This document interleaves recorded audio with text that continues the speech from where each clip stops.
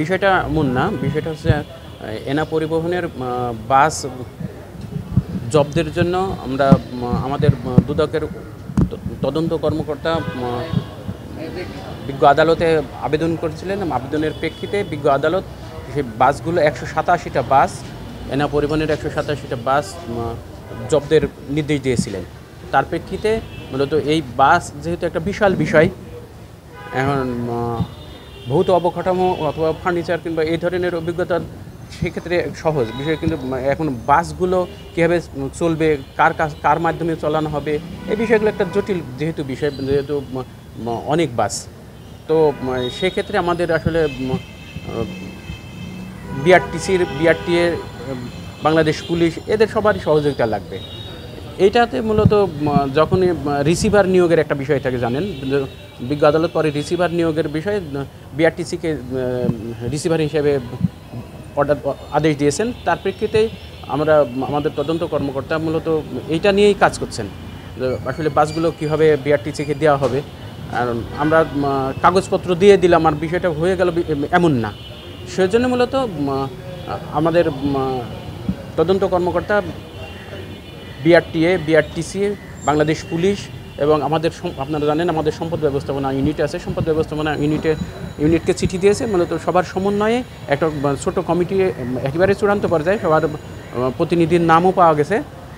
আশা করছি 2-1 দিনের মধ্যেই আমরা আজকে যারা আপনারা বলছেন যে নিরাপদ সড়ক আন্দোলন নামে একটা সংগঠনের নেতারা আসছিলেন, ওনারা বিষয়টা নিয়ে কনসার্ন, যেহেতু আমরা তো অবশ্যই কনসার্ন, কারণ বিষয়টা তো আমরা যেহেতু দুর্নীতি দমন কমিশন এটা দেখছেন, সেক্ষেত্রে আমরা সবাই এইটা নিয়ে কাজ করছি।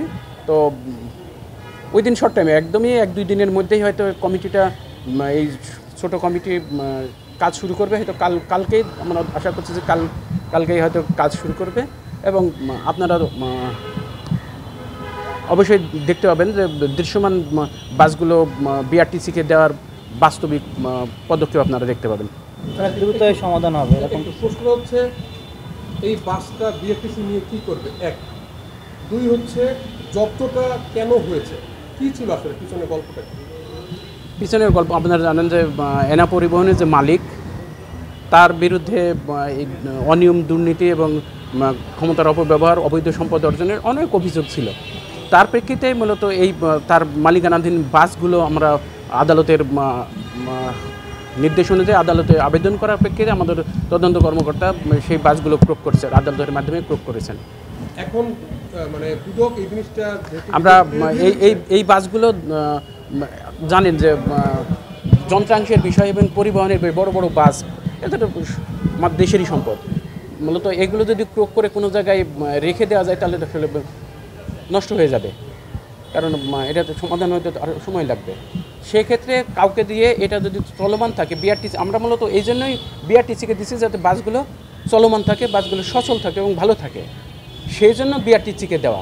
বিআরটিসি হয়তো তারপর এই কমিটি সিদ্ধান্ত নেবেন যে বাসগুলো আসলে কীভাবে চলবে। বিআরটিসি এদের সাথে আমাদের তদন্ত কর্মকর্তা, আমাদের সম্পদ ব্যবস্থাপনা, এদের সাথে সমন্বয় করে মূলত বাসগুলো কীভাবে চালানো যায়, আর সেই ইনকাম থেকে অবশ্যই এই টাকাটা সরকারি খাতে জমা দেওয়া হবে।